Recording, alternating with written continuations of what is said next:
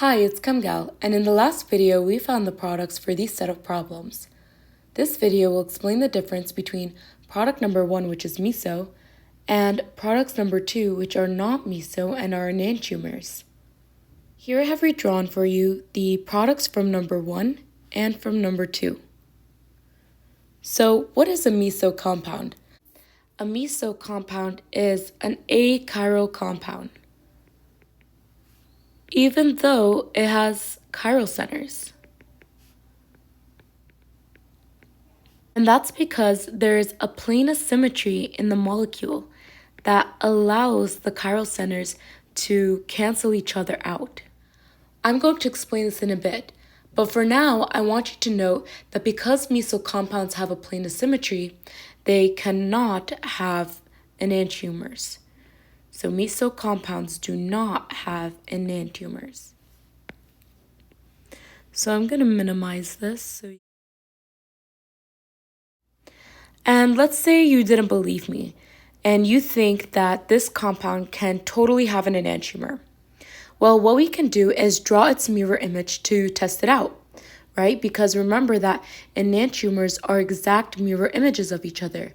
And that's why the products from number 2 here are both enantiomers, because they are exact mirror images of one another. So let's go ahead and draw its mirror image. And so you might be thinking that these two compounds are going to be enantiomers because they are mirror images of each other. But they're actually the same compound. And that's because of that plane of symmetry that we talked about earlier. To understand this better, we can rotate these two carbon bonds 180 degrees into the page. So let's see what that would look like. And now we see that both these two compounds are exactly the same. All we had to do was rotate that carbon 180 degrees. So now we see that there's a plane of symmetry within the compound.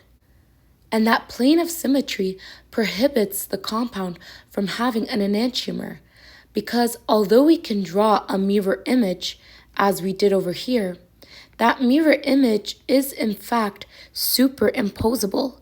We can superimpose this mirror image on top of this, and so we see that they're actually the same compound. Remember that for two compounds to be enantiomers, they must be exact mirror images of each other, and they must be non-superimposable, which means they cannot overlap. So if we tried to overlap this compound on top of this compound, it would not work, and that means that they are non-superimposable. So because these two guys are non-superimposable mirror images of each other, they are therefore enantiomers. However, these two guys may be mirror images, but they are superimposable, meaning they do overlap perfectly, and so that means that they are not enantiomers. And that is because they are meso. And we can go back to what the compounds looked like before. You might think that there's no plane of symmetry here, but there still is. It's just that we don't see it, and we have to rotate these two carbons in order to see it. Now, there's another way to tell that these two compounds are meso. We can go ahead and look at their stereo configurations. So first we need to identify our chiral centers. We have one here, here, here, and here. Likewise for this structure. And so we can label those chiral centers letter A and B. And because this is a mirror image, this is going to be chiral center B, and that's going to be chiral center A. And we could do the same for the compound on the right. And so what we're going to do is identify the stereo configuration for each of these chiral centers so we can see how these two are exactly the same compound. So let's go ahead and determine the configuration for chiral center A on this first compound. we know that there's a hydrogen that we haven't drawn in here. And so we got to determine whether this chiral center is R or S by first analyzing who's going to be the heaviest atom attached to this chiral carbon.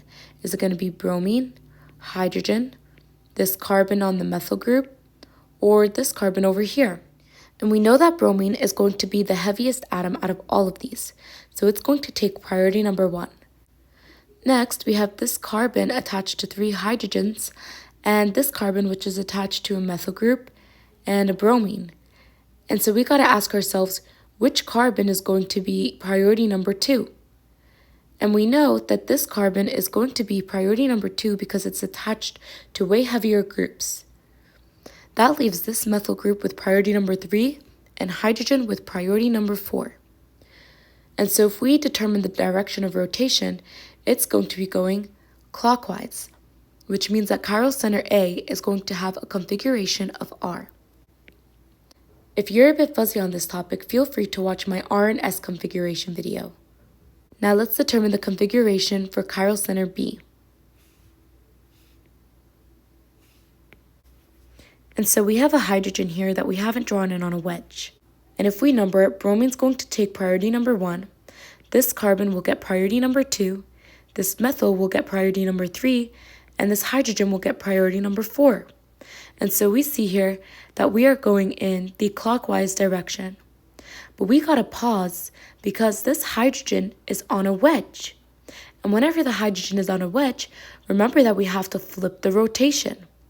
So instead of going clockwise, we are actually going counterclockwise, which means we are going in the S direction. So chiral center B is going to have an S configuration. As a recap, when the hydrogen is on a wedge, as it is here, we need to flip that initial rotation to determine the actual configuration of that chiral center.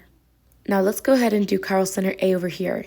Bromine's going to get priority number 1, this carbon's going to get priority number 2, methyl's going to get priority number 3, and a hydrogen on a wedge over here is going to get priority number 4. And we see that we are going in the counterclockwise direction. So that's going to give us a configuration of S for chiral center A. Now for chiral center B, bromine's going to get priority number 1, this carbon's going to get priority number 2, the methyl group will get priority number 3, and hydrogen will be on a wedge over here, getting a priority number 4. So we see that we are going in the counterclockwise direction. However, because the hydrogen is on a wedge, we need to flip that rotation, and so we see that we're actually going in the clockwise direction. So chiral center letter B is going to be R. So go ahead and take a minute to calculate the configuration for chiral centers A and B on the right. And if you do, you're going to get RR for the first compound and SS for the second compound. And this makes sense because whenever you have an enantiomer, the chiral center is going to flip. So if it was initially R, it's going to flip to S. Likewise for chiral center B. And this might make sense in the beginning for our first compound, where chiral center flipped from R to S, and chiral center B flipped from S to R. However, these two compounds are actually the same, as we said before.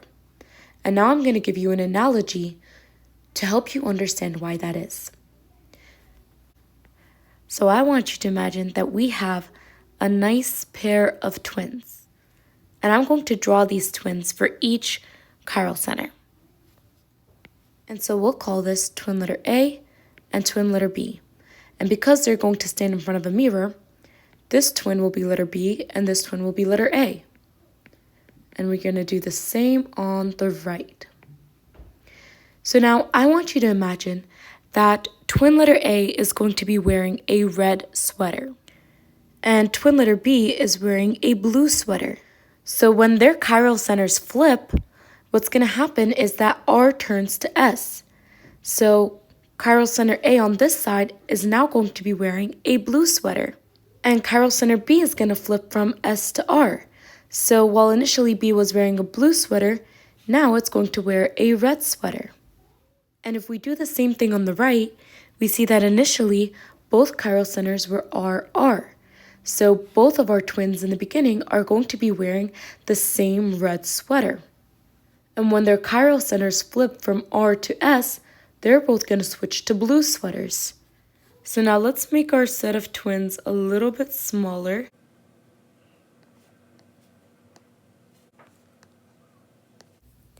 So now I want you to imagine that you have a pair of identical twins, where twin A corresponds to chiral center A, and twin B corresponds to chiral center B. So imagine your twins come to you one day, one wearing a red sweater and one wearing a blue sweater. And the next day, they come to you and decide to switch sweaters so that twin A is not wearing a blue sweater and twin B is wearing a red sweater. Would they look the same or different from yesterday? Hypothetically speaking, they would look the same. Remember that these are identical twins. Today, one was wearing a blue sweater and one a red sweater, and tomorrow, one a blue sweater and one a red sweater. It doesn't matter that they switched sweaters because they're identical, so they look the same from yesterday and today. Just like how these compounds above are the same as well. We can apply this scenario to the compounds above, because one chiral center was R and one was S, and the next day one was S and one was R. It doesn't matter that they flip chirality from R to S because they're still going to look the same. This works because our chiral centers are all identical. Each chiral center is attached to a bromine, a methyl, a hydrogen, and some other carbon group. So these two are going to be the same compound.